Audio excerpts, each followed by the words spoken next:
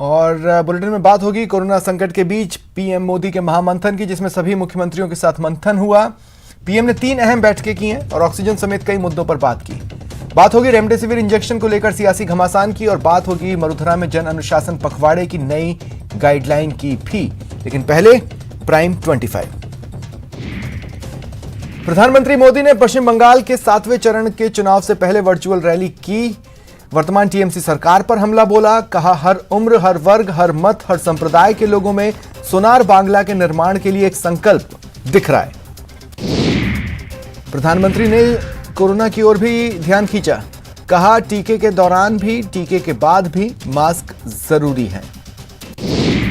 पश्चिम बंगाल की मुख्यमंत्री ममता बनर्जी ने केंद्र पर हमला बोला, कहा पश्चिम बंगाल को जीतने के लिए बीजेपी ने देश भर में कोरोना वायरस संक्रमण फैला दिया। हमारी ऑक्सीजन आपूर्ति श्रृंखला को यूपी की ओर डायवर्ट कर दिया गया। मोदी सरकार ने बड़ा ऐलान किया है। मई और जून महीने में देश के 80 करोड़ लोगों को 5-5 किलो अनाज मुफ्त देने का ऐलान हुआ है। पीएम गरीब कल्याण योजना के तहत यह अनाज दिया जाएगा। प्रधानमंत्री मोदी ने देश भर के प्रमुख ऑक्सीजन निर्माताओं के साथ बैठक की। पीएम ने कहा यह समय केवल चुनौतियों से निपटने के लिए नहीं है, बल्कि बहुत कम समय में समाधान प्रदान करने के लिए भी है।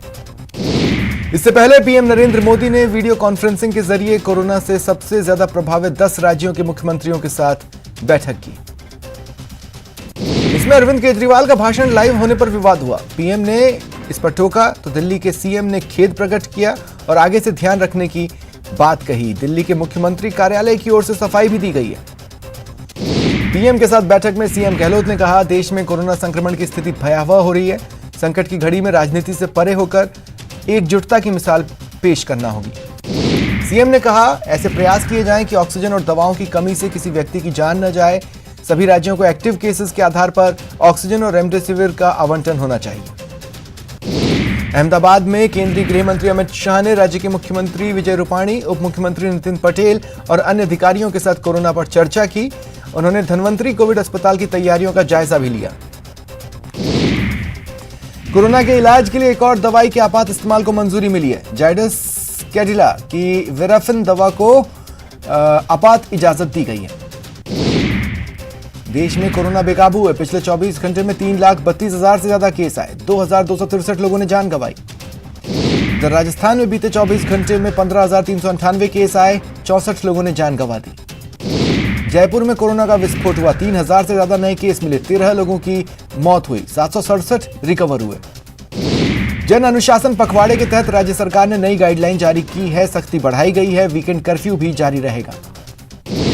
गहलोत सरकार ने विवाह समारोह को लेकर भी गाइडलाइन जारी की। विवाह समारोह के लिए सिर्फ 3 घंटे की अनुमति दी जाएगी। 50 व्यक्ति ही शामिल हो सकेंगे। मुख्यमंत्री कोविड रिलीफ फंड में दानदाताओं और सरकारी कर्मियों ने खुलकर सहायता राशि जमा करवाई। विशेष रूप से गठित इस फंड में 609 करोड़ 53 लाख की कुल राशि जमा हुई।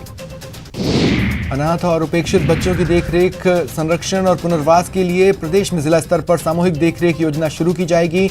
मुख्यमंत्री गहलोत ने सभी जिला मुख्यालयों पर एनजीओ और सिविल सोसाइटीज के समन्वय से गोराधाय ग्रुप फॉस्टर केयर योजना के संचालन को मंजूरी दी। राजस्थान के अस्पतालों में ऑक्सीजन की किल्लत के मामले में आज हाईकोर्ट में सुनवाई से, माफ कीजिएगा, जयपुर हाईकोर्ट ने सुनवाई से इनकार कर दिया। कोर्ट ने कहा मामले में सुप्रीम कोर्ट में सुनवाई चल रही है, ऐसे में वहां जाकर पक्ष रखें। मध्य प्रदेश के विदिशा में बड़ी लापरवाही आई। एक गाड़ी से डेड बॉडी सड़क पर गिर गई। लोगों ने देखा तो आवाज देकर शव वाहन रुकवाया। इसके बाद डेड बॉडी फिर उसमें रखी गई और फिर अंतिम संस्कार के लिए ले जाया गया। मुंबई के विरार में विजय वल्लभ कोविड सेंटर के आईसीयू में आग लगने से 13 मरीजों की मौत हो गई।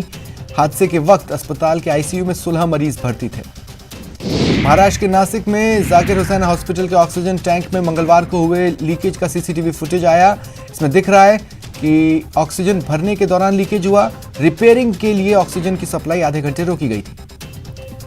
बिहार के दानापुर में एक पिकअप वैन पीपा पुल से गंगा नदी में जा गिरी। 9 लोगों की डूबने से मौत हो गई। बाड़मेर में एनकाउंटर में पुलिस ने कुख्यात अपराधी कमलेश उर्फ कमल प्रजापत को मार गिराया। एक पुलिसकर्मी भी घायल हुआ। पोलैंड में हुई वर्ल्ड यूथ बॉक्सिंग चैंपियनशिप में कोटा की अरुंधति चौधरी ने गोल्ड मेडल जीता है। अरुंधति 69 किलोग्राम भार वर्ग में यूथ बॉक्सिंग में वर्ल्ड नंबर 1 बन गई।